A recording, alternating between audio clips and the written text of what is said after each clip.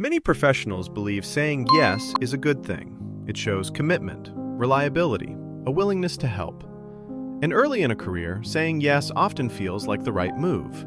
More opportunities, more visibility, more chances to prove yourself. But over time, something subtle begins to happen. The habit of saying yes slowly changes how people experience you at work. Not in obvious ways, quietly, gradually. At first, saying yes simply means helping with a task. Then it becomes the reason people come to you first, and eventually it becomes an expectation. Not because people are trying to take advantage of you, but because your pattern has taught them something. It has taught them that your time is always available, that your attention can always expand, that your boundaries are flexible. And once that expectation settles in, something deeper begins to shift. Your professional identity starts forming around availability rather than contribution. Instead of being known for a specific strength or a clear area of expertise, you slowly become known as someone who will handle whatever appears. The person who steps in, the person who helps, the person who takes care of things. At first, this identity can feel positive. Being dependable is respected. But there's a hidden cost to this kind of reliability. Because when your identity becomes tied to saying yes, your work stops being defined by the value you create and starts being defined by the volume you absorb. This is one reason many professionals feel strangely stretched at work. They aren't just doing their role, they're carrying pieces of many roles. Small requests, extra tasks, unexpected responsibilities.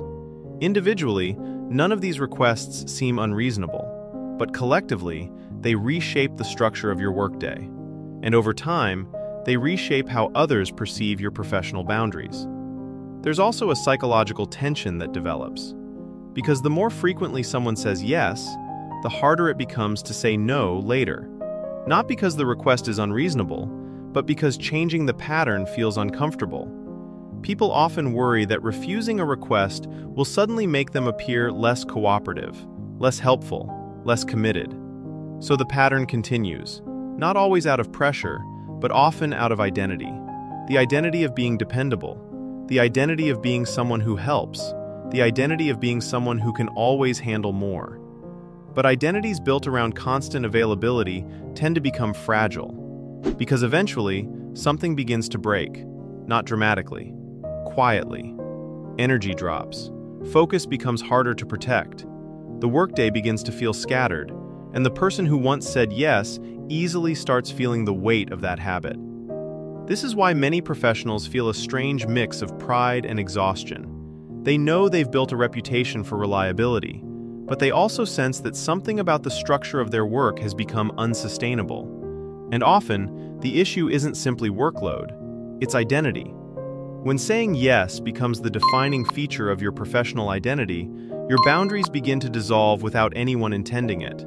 Because boundaries aren't only communicated through words, they're communicated through patterns. What you consistently accept becomes what others consistently expect. And over time, those expectations shape the role you occupy in a team. This is why the pressure to say yes isn't always external. Sometimes it comes from the internal desire to remain consistent with the identity you've built.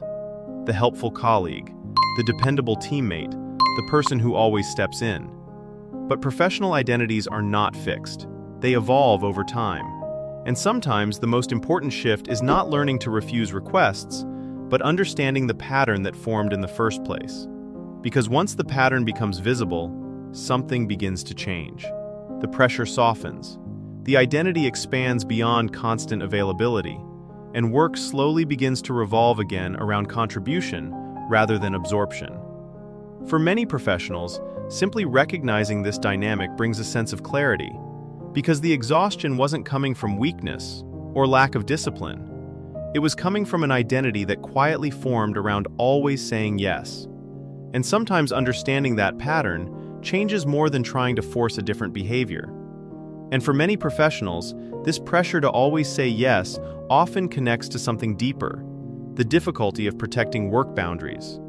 If that experience feels familiar, you may find our recent video on why burnout often persists even when you try to focus better relatable.